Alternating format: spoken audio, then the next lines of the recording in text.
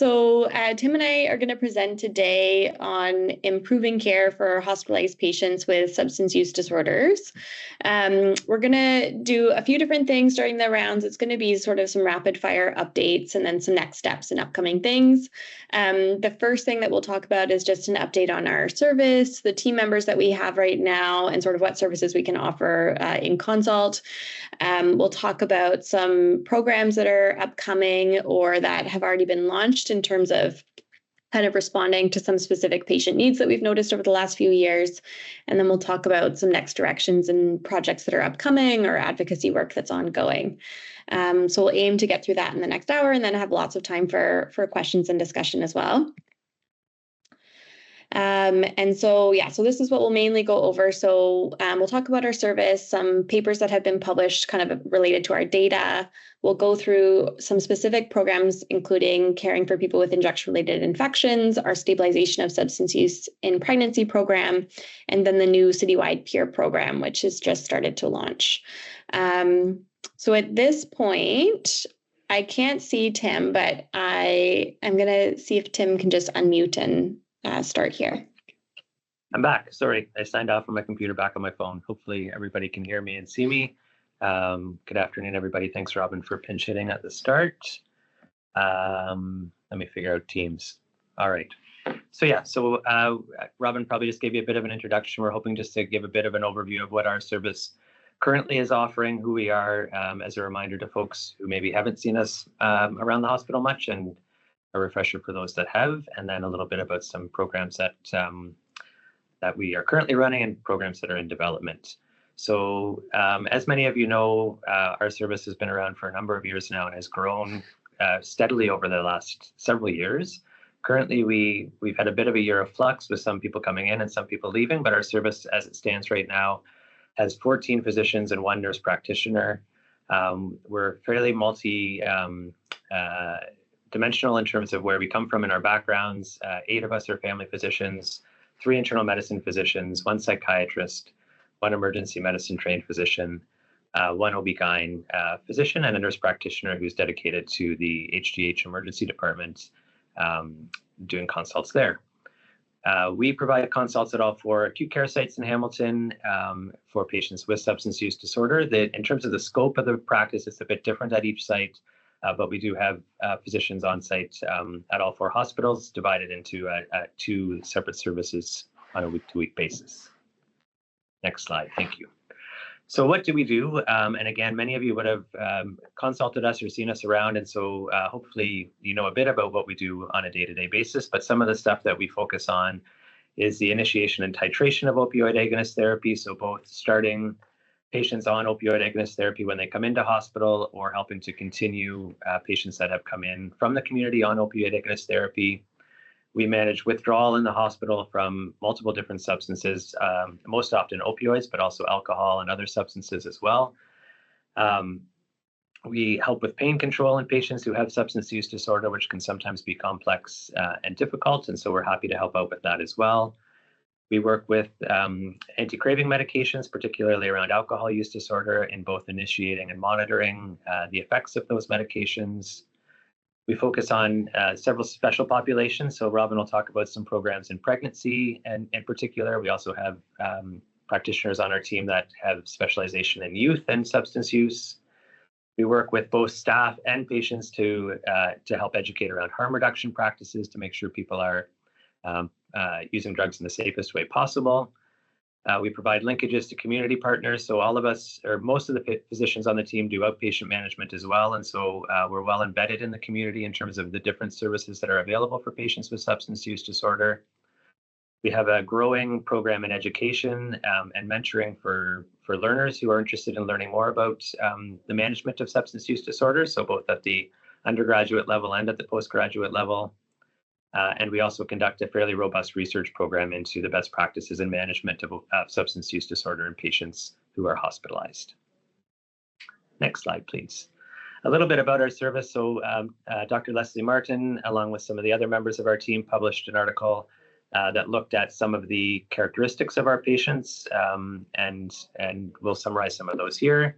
So what we learned, this was a retrospective look at patients between 2018 and 2022. We saw a total of just under 700 patients in that time period, and our volumes have increased fairly substantially since then. In terms of the characteristics of the patients, they were 57% male, fairly young average age for hospitalized patients at 39.4 years. A significant minority of patients lacked a primary care provider at 47%. Just under half as well were connected to a community addiction service provider pre-hospital. So over half of the patients were newly engaging at that point in time. And many of our patients were unemployed and receiving income assistance on either OW or ODSP. In terms of the our patients were quite sick, so high rates of acuity among the patient group that we did see. A full third of them required ICU or step-down admission. The most common reason for admission to the hospital was infection, with 10.4% of the patients admitted with endocarditis. We had fairly high rates of treatment initiation and continuation, especially for opioid use disorder, as described. We also had, which was a bit of a marker of need for ongoing improvement, both in our service and in the hospital approach in general, high rates of patient-initiated discharges at about 17.8%. Patients who were surveyed cited institutional policies and stigma as one of the reasons that they were leaving hospital early, and then unmanaged cravings and withdrawal as well. Patient-initiated discharge led to a high rate of readmission at 66%, and that was significant statistically when examined. So that's a bit of an overview of what we have been doing, and I'm going to hand it back to Robin to talk a little bit about some of the projects that we're focused on at this point and some that are newly developing. Thanks. In terms of the Thanks, Tim. And as Tim mentioned, when we looked at that data, and what we had also been seeing in clinical practice was that the patients who were admitted for infections, first of all, made up a very significant percentage of our patients, but also when Dr. Martin and the team looked at sort of the risk factors for patient-initiated discharge, there were higher rates of patient-initiated discharge among people treated for severe infections, which might be related to, the severity of the substance use disorder among people who are likely to get injection-related infections. Could also be related to the fact that those with serious injection-related infections often are required to be in hospital longer. And during that time window when they're, receiving antibiotics, they might have a higher rate of patient-initiated discharge. But we also noted significant adverse events observed among our group in terms of injection-related infections. So in one of our first years, we had a number of patients die of complications of infective endocarditis. That really cued us to think about how we need to do things differently, recognizing that the morbidity and mortality was very high among that patient group, and then also seeing high rates of other injection-related infections. And this is sort of, work that's occurring over a time where, provincially we see a rise in injection-related infections occurring across Ontario. So there was one study that was recently published in 2022 that looked at rates of injection-related infections from 2013 to 2019. And saw rates of infective endocarditis increased by 167%, spinal infections increased by nearly 400%, and skin and soft tissue infections also increased by about 150%. So we know that we're seeing people in hospital for these infections more often. We also see that their level of morbidity is quite high. So as you can see, in-hospital mortality was about 2.5%, which when you're talking about a group of patients who are mostly under 40, that's pretty staggering in terms of rates of in-hospital death, as well as rates of death within 30 days of discharge up to 4%, so about 1 in 20 of our patients.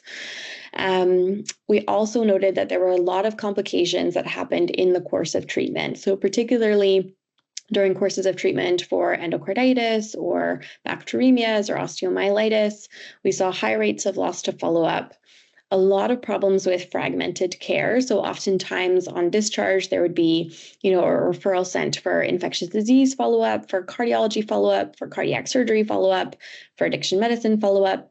maybe we're trying to connect someone to a family doctor for the first time in a long time.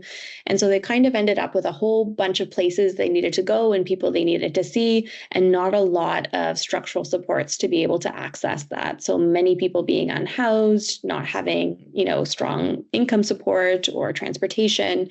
And so we saw a lot of that follow-up just didn't happen, which then led to a lot of readmissions and adverse events that we were hoping to be able to avoid.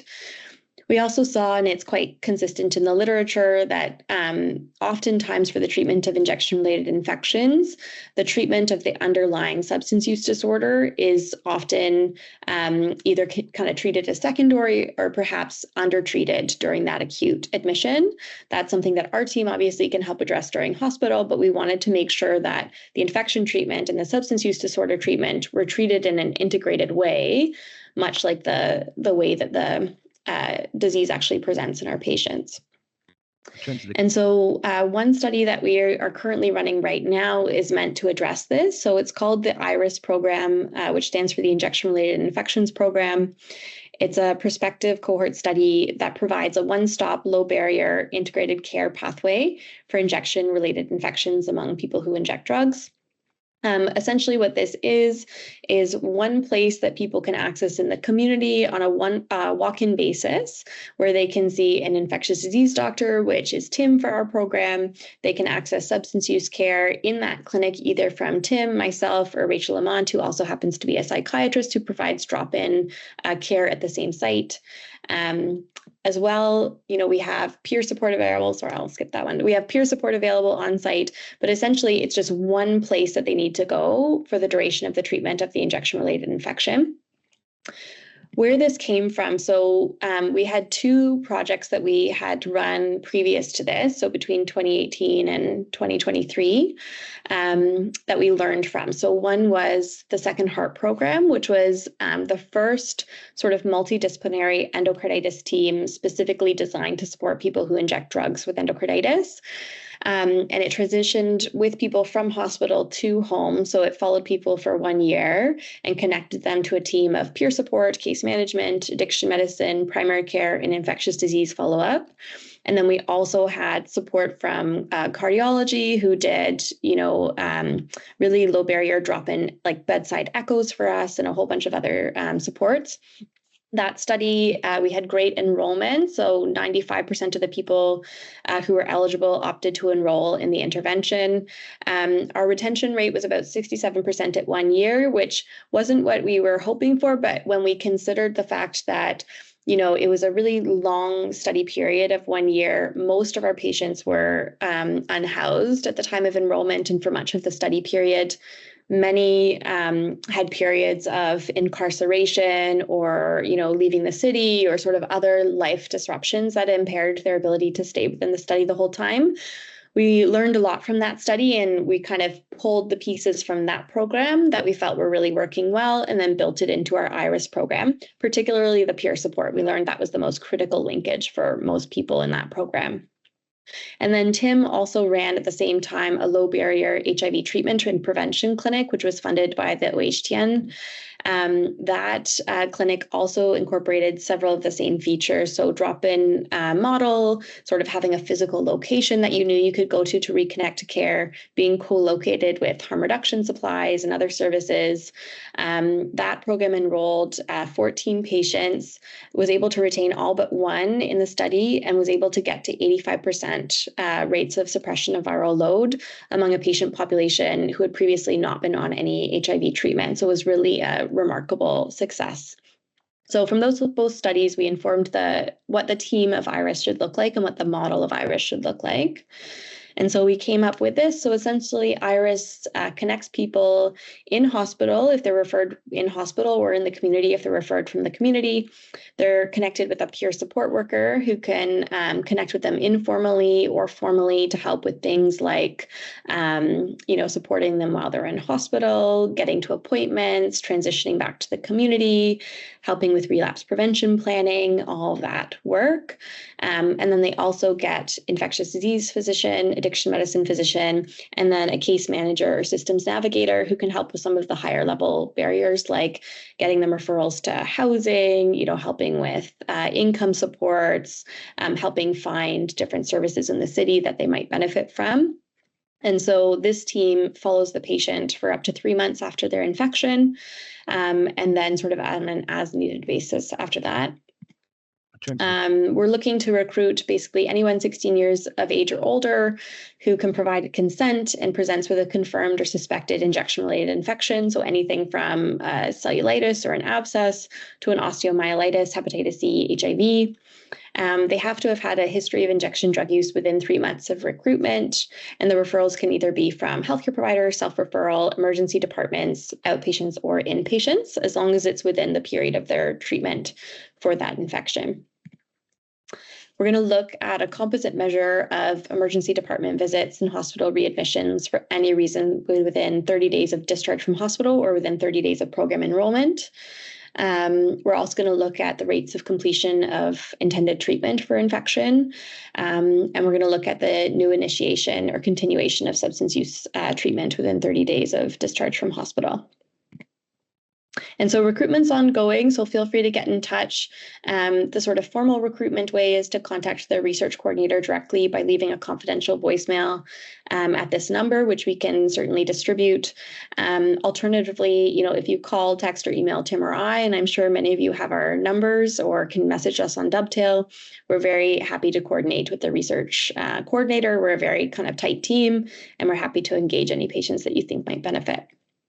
In terms of the next thing that we noticed, and I'll speak to, was we had quite a number of patients connecting to our service who were either newly diagnosed as being pregnant and often kind of fairly far along in the second or third trimester, or who had had a lot of difficulty connecting to prenatal care or connecting to substance use treatment earlier on in their pregnancy, and therefore felt like we were missing an opportunity for early stabilization. So we wanted to do something around optimizing the management of substance use disorders in pregnancy, recognizing that we have the benefit of both family medicine obstetrics with the maternity center here at St. Joe's, as well as our OB partners and midwifery partners. We recognize that substance use in pregnancy is very, very common, and we're seeing even higher rates of referrals for pregnant women to our service over the past few years.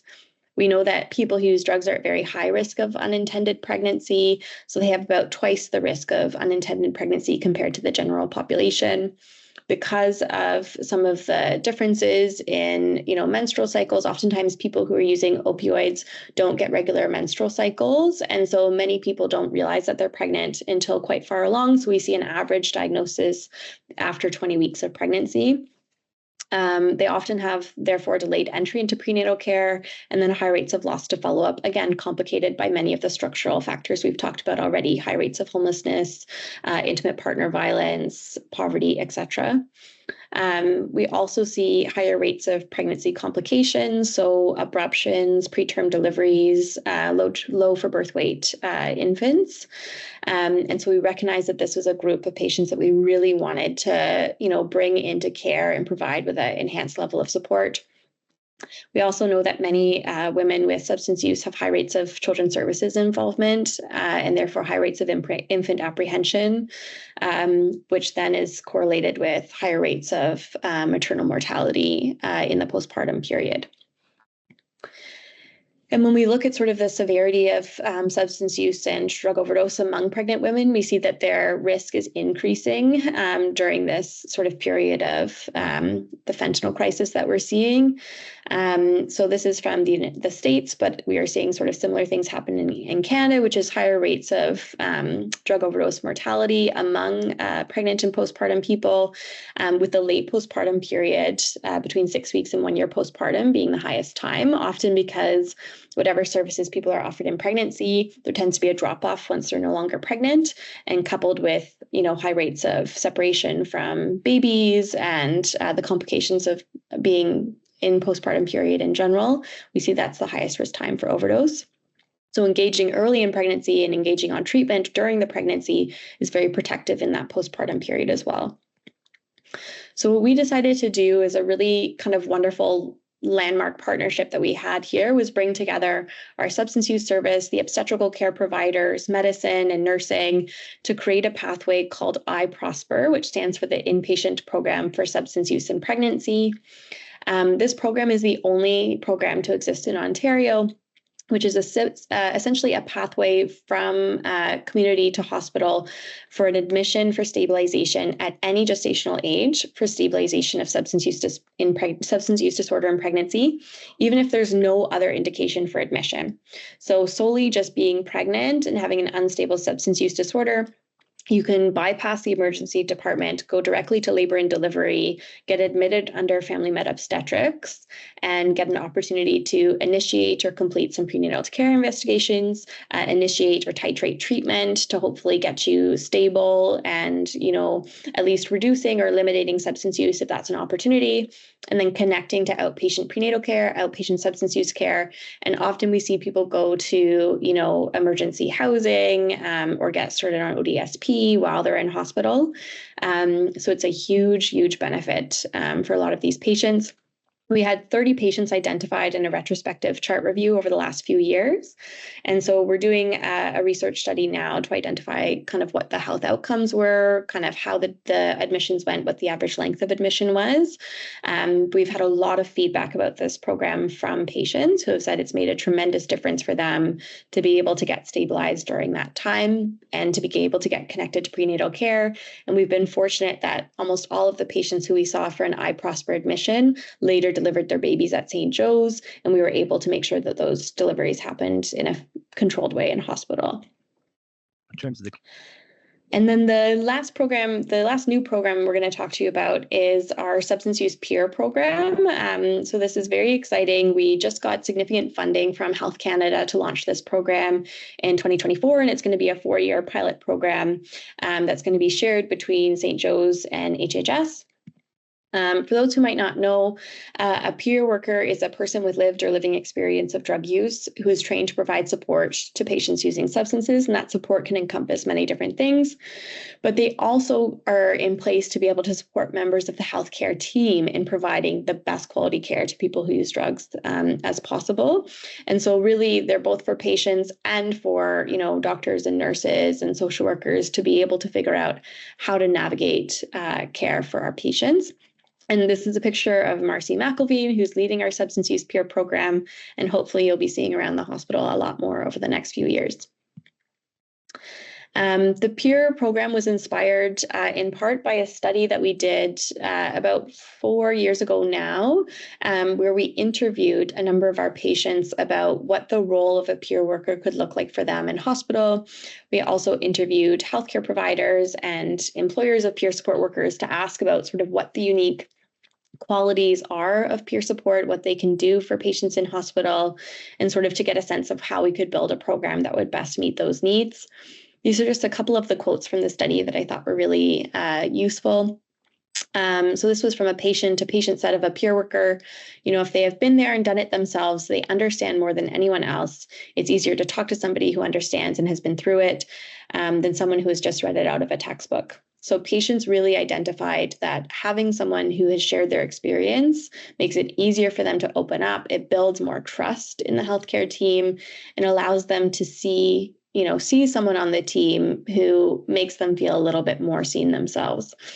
A healthcare provider also said, peer support workers do a lot in terms of building trust for people to get in the door. I think what we realized really early was that people actually don't feel that reassured by a doctor or a nurse being around, but they feel really reassured by someone from their own community being there and telling them that it's a safe place. And this is definitely what we've seen in practice, is that it allows people to feel like the hospital is an okay place for them to be, particularly people who've had past negative experiences. And then finally, the peer support employer said peer support workers see that there's a value in connecting with the system, but they also recognize that it isn't easy and that it can be very stigmatizing. So that's where the value comes in. It's that bridge and that buffer between a system that can actually do harm in some ways, but also benefit. And in this study, the main theme that kept coming up was this theme about peer support workers acting as a bridge. This was a thematic map from that study, but essentially we saw that the main qualities of a peer support worker were sort of sharing their experiences, being able to relate to patients, being stable enough in their journey to be able to support others. And when they do have those qualities, then the things that they're able to do in their role are help patients navigate transition. So transitioning into hospital for acute care, transitioning out of hospital and back to the community. They're able to restore that trust between healthcare providers and people who use drugs. And they're able to advocate for their patients and advocate within the team, but then also advocate for services outside of the hospital as well. And so this was sort of what we had envisioned, and what our study sort of demonstrated to us that we needed was peer support workers to act as this bridge. And so we're very excited to see this come to fruition. The things that peer workers can do, so they're meant to enhance the care provided by healthcare providers in hospital. So they can provide a lot of informal support to help patients stay in hospital for necessary treatment. And this can be, providing recreational activities, taking people out for walks if they're getting restless or bored in hospital, being a social interaction. So many of our patients don't have visitors or are really, really isolated when they're in hospital. And so having someone that they can just talk to, someone who can sit with them during difficult times, like during procedures or while awaiting surgery or in the emergency department, can be really stabilizing for them and allow them to be there to get their care. They can also assist with communication between patients and healthcare providers, particularly if they're challenging conversations. So where we've seen the peer support workers be very helpful already is when there are conversations around drug use happening in hospital, about some hospital policies or restrictions that they're in place, and sort of how can we figure out a way to make things work. It allows patients to feel that they have an advocate who understands them, who can maybe help them articulate their needs to the healthcare team when they otherwise might not feel comfortable.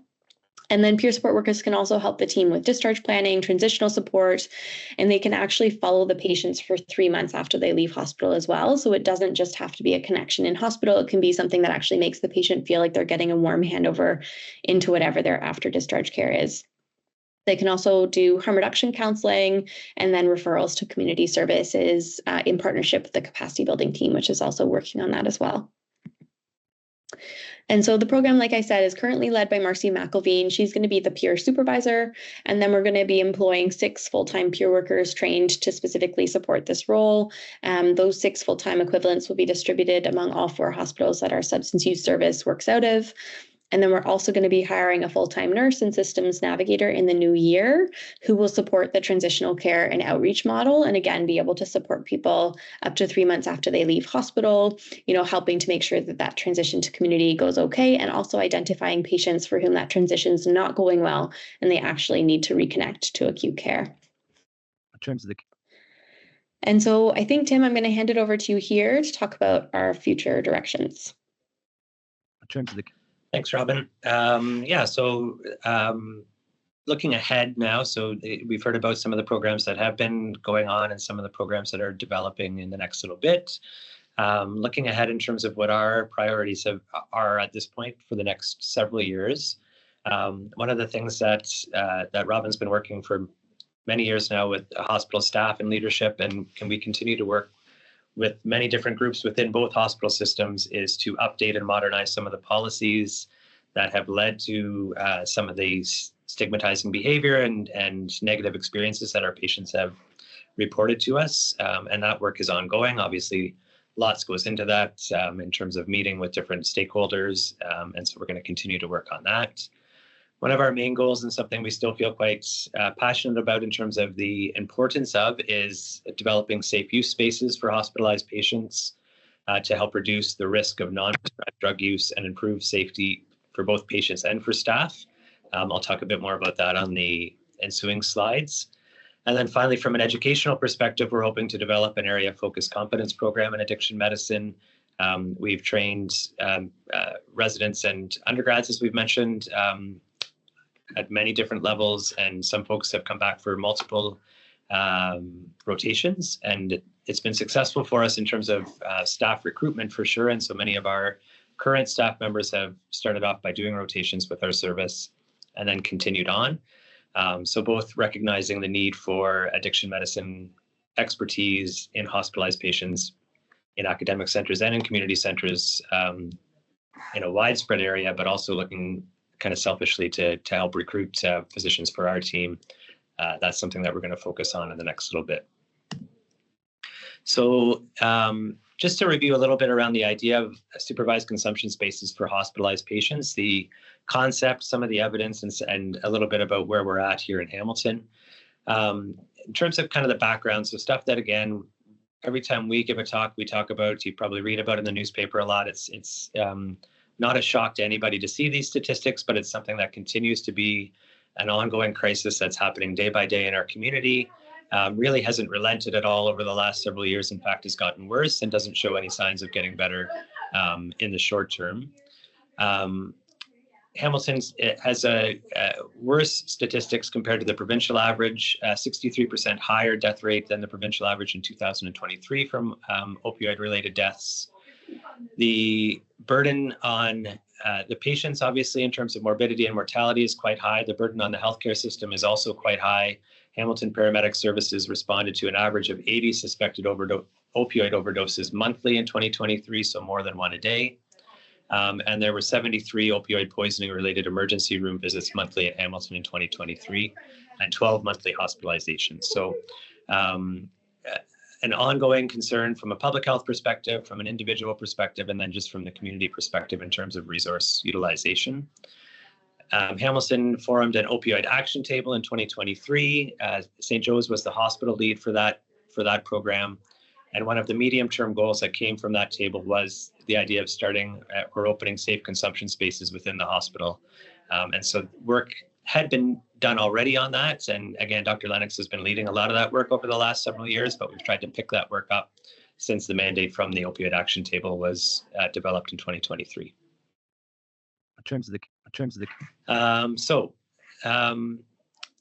Again, in terms of the need for supervised consumption spaces, we've talked a lot about this already, but the burden, again, in terms of the number of visits to the hospital is quite high. If you look just at the St. Joe's Hospital Concurrent Disorders Capacity Building team, they saw a total of 2,261 emergency department consults and 269 inpatient consults in 2020. So lots of patients presenting with substance-related issues to the emergency department. Robin and I already reviewed some of the data that shows patients that are seen by our service and the substance use service are quite sick and suffer from a high burden of illness related to their substance use disorder.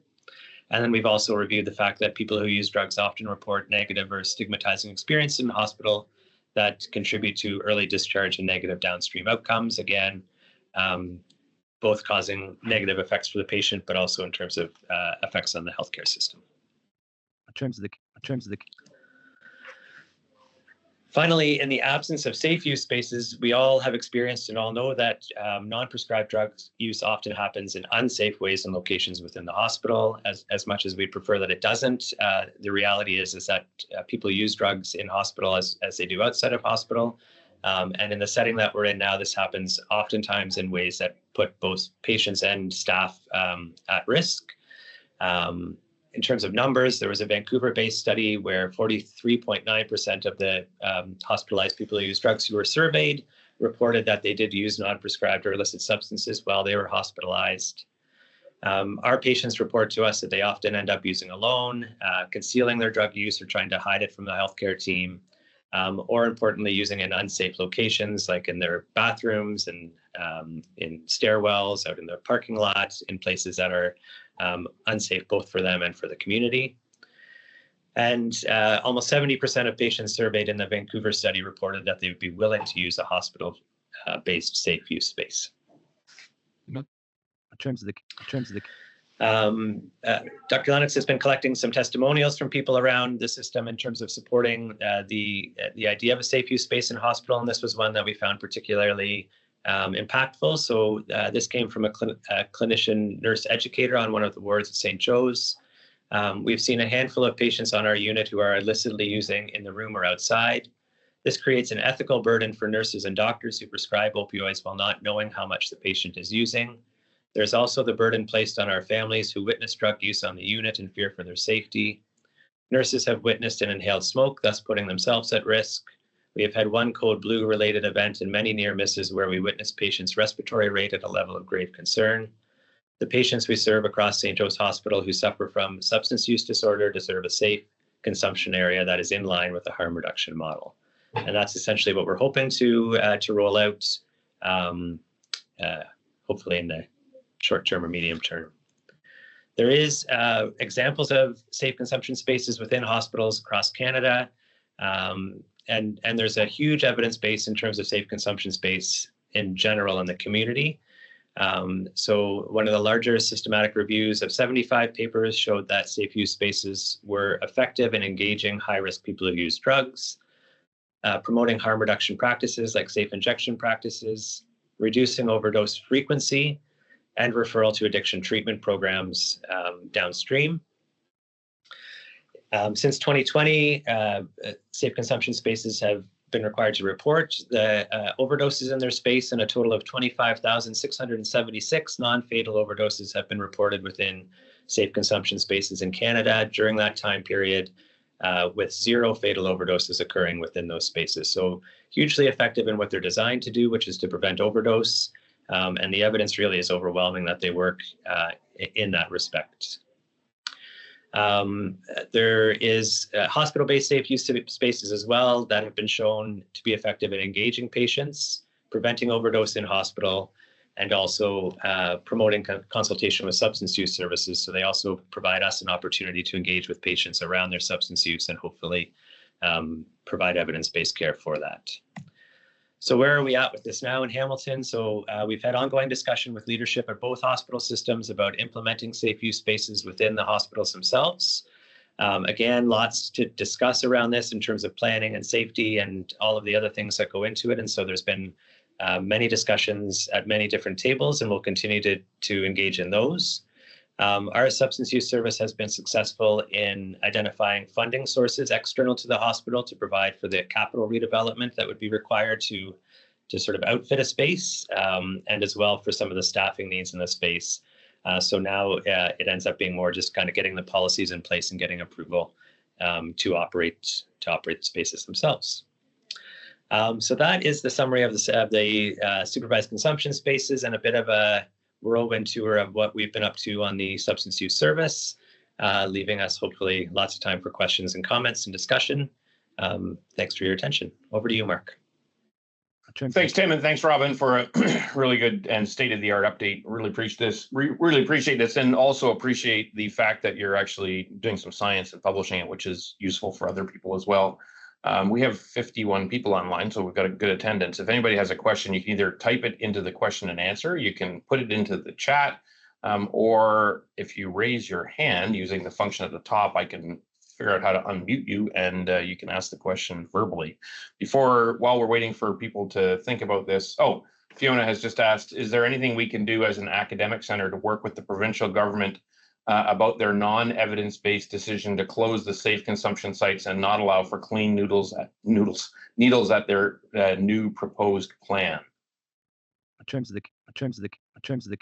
Yeah, I think it's a great question. I mean, I think it would be really valuable to have as many voices advocating as possible. Obviously, you can do that either with, direct personal communications to the office of the Premier.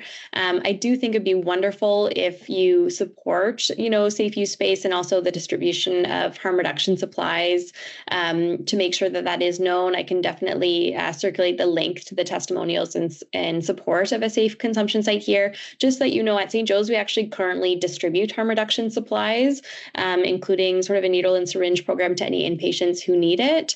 But it would be wonderful to have some collective advocacy from our organization, particularly as, healthcare providers who pride themselves on being evidence-based. So I'll try to add that to the chat now. Thank you very much. A question here from one of the internal medicine teams. How do we refer inpatients to these programs, i.e. are there EPIC orders? There's not EPIC orders for the individual programs. I think the easiest way to refer to these individual kind of studies and programs would be through the substance use service. So patients with substance use disorders, we're happy to see obviously as consults and then to link to the programs themselves. Excellent. I think that was probably so. Robin's linked the form in the chat if anybody wants it, and we can circulate it afterwards. I'll ask a question. I think when I trained, which was in a very long time ago, I don't remember there being this many people who are affected by substance use disorders. But now I know it's overwhelming. What's driving the increased number of patients who have this? Is it simply increased availability? Is it increased survival amongst people who have these disorders? Why does this seem to be so prevalent now when it just wasn't before? Yeah, that's such a great question. I think kind of when you look back at there were sort of like two phases of an opioid crisis that happened. So sort of in the kind of late 90s, sort of early 2000s, there was sort of the prescription opioid crisis that happened. And that's where you hear people talking a lot about Oxycontin and, the push for increased prescribing of opioids for all types of conditions and likely expanded beyond like what they should have been prescribed for. And a lot of advertising and direct pharmaceutical sort of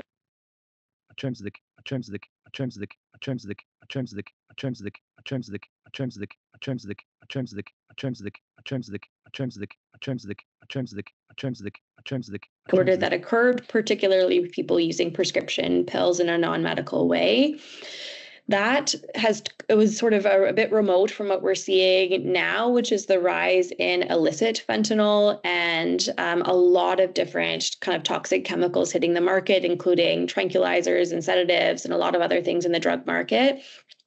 That has widely increased the overdose rates that have happened because the drug supply is just so potent and so toxic and so unpredictable that it's causing a lot more harms than you can imagine. Even it was very harmful for people to use pills in a non-medical way, but at least it was a pharmaceutical drug that was predictable in its dose and potency. This is completely different territory. And then I think it's compounded by the fact that the drugs themselves have changed. So even, when I started into practice, like not terribly long ago, we still had heroin in Hamilton. And heroin, patients would tell you they could use, twice a day, sort of, even if they were injecting, they could use in the morning and the night, and they could go to work all day. And it was actually a fairly long-acting drug that would prevent withdrawal throughout the day. Fentanyl completely changed that. So fentanyl wiped out the heroin in about 2017, 2018 in Hamilton. You can't even find heroin anymore. And it's extremely short acting. So people say it has no legs. So someone who used to maybe inject once or twice a day now has to use every 3 to 4 hours just to stay out of withdrawal. So it's completely impractical for them to do almost anything else in terms of work or other sort of occupational things that they need to do just because they're feeling so physically ill. And then we also see, because of that, people using more frequently, using more unpredictable supply, higher rates of overdose, higher rates of infections because people are injecting 8 times a day instead of once. And then I think there's so many other compounding factors like huge systems forces, like the housing crisis, poverty, all those things that we know are impacting our patients day to day that I don't have the answer to, but I know is definitely informing why we're seeing people so ill. Thanks. Yeah, I was impressed. Dr. Pardon asked a question, which I'll ask in a second. A couple of times I've followed them around the emergency department at night just to understand how emergency departments work. And it's amazing to me the frequency with which patients who may or may not come in primarily with a substance use disorder certainly have it as a prominent second part of their hospital visit, and really very concerning. Aleem's asked what options, if any, are available for after hours consultation or advice for patients with substance use disorders, and obviously Aleem's perspective as an emergency physician coming through there. In terms of the Yeah, so right now our consultation service, as you know, is limited during the daytime hours, though we did, in this most recent application for HOC funding, we did submit an application for HOC funding, which would then make us available by phone 24 hours a day. I think we submitted that HOC funding application last fall, and they said that a decision was not expected until sometime in 2025. So hopefully we will hear back from that. But right now we don't have, unfortunately, a model for a 24-hour call in place, but that is something that we are intending to do if we're able to secure the funding. Thank you. Other questions? If you have questions, please put them in the chat or the question and answer, or put your hand up and I'll see if I can figure out how to unmute you. Give people a minute or two. Maybe you've talked a lot about where you want to go with the service. You just mentioned increased call availability. What are some of the evidence-based interventions that you haven't talked about today that we should be considering whether we should implement, or is there so much need for further evidence generation that you can't really answer that question?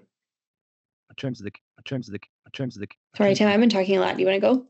No, I mean, you're smarter than I am, so you should keep talking. But the one thing I would say is that Robin and I keep on dreaming about eventually having a specialized ward or our own beds. So that's something that certainly has happened in other centers, not super common, but something that we would like to see over time.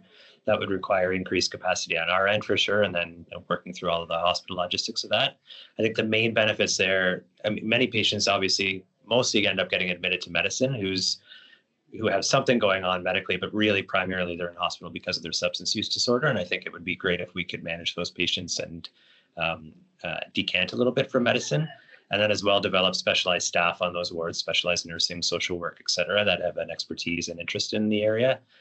So that's a hope and dream, hopefully down the road. But I do think, Mark, that you're right. I think there's it's a huge area of potential innovation. And I think that we have the capacity to do some of that innovation. And so the other kind of hope or dream would be that we can continue to kind of come up with some novel ideas that we can try out in small pilot studies and then hopefully expand over time as well. I would just echo that. And I think the one thing that I see, because again, we also almost all of us work as outpatients. So I think related to kind of the role that we could have if we had dedicated beds, that there are a lot of people I see in an outpatient setting, like the RAM clinic, for example, who have a history of complicated withdrawal, like DTs or seizures, who really want to stop drinking. But the only way we could safely manage their withdrawal would basically be to admit them to hospital for stabilization. And so a lot of people end up either not being having to gradually reduce or not being able to stop abruptly because it's not safe to do it in a non-medical detox. And we don't have a medical detox. So I think we could look at ways to offer, withdrawal management for people at very high risk, which would tend to be short admissions, but really, really high impact to try to avoid some of the downstream issues of people developing sort of end stage disease. So I think that would be wonderful. I think the other thing that we have talked about a long time, and there's not really any good evidence as to what to do, but I think we know it's a problem we need to address, is the rates of unplanned discharge. So again, about 18% in our patient group. And I think one of the projects that we'd like to work on in conjunction with the peer program rolling out is looking at sort of predictors of unplanned discharge in our group and then ways of mitigating that. And then one thing that we could just start doing today, which we could do, is, creating a plan for that unplanned discharge. Like, we know that it's going to happen in about 1 in 5 patients. So making sure that for every patient that we see, we're, talking to them about, if we couldn't talk to you before you left hospital, which pharmacy could you go to get your antibiotics? We will always send a script. Who could we leave a message with in the community so that you could get some follow-up or some connections to care? Because I think that's a problem that we know exists. We see it all the time, but we really haven't made too many advances in mitigating the harms of it. So I would like to see us do some work on unplanned discharge as well over the next while, which medicine would be a huge partner in, of course. Perfect. And I see, looking at the people who are attending, we have lots of people from internal medicine, but also some family physicians and others. So it's great to see a broad spectrum of people in attendance, and also some hospital administration. So that's probably a good sign for you guys. They're spying on you through internal medicine grand round, which is great.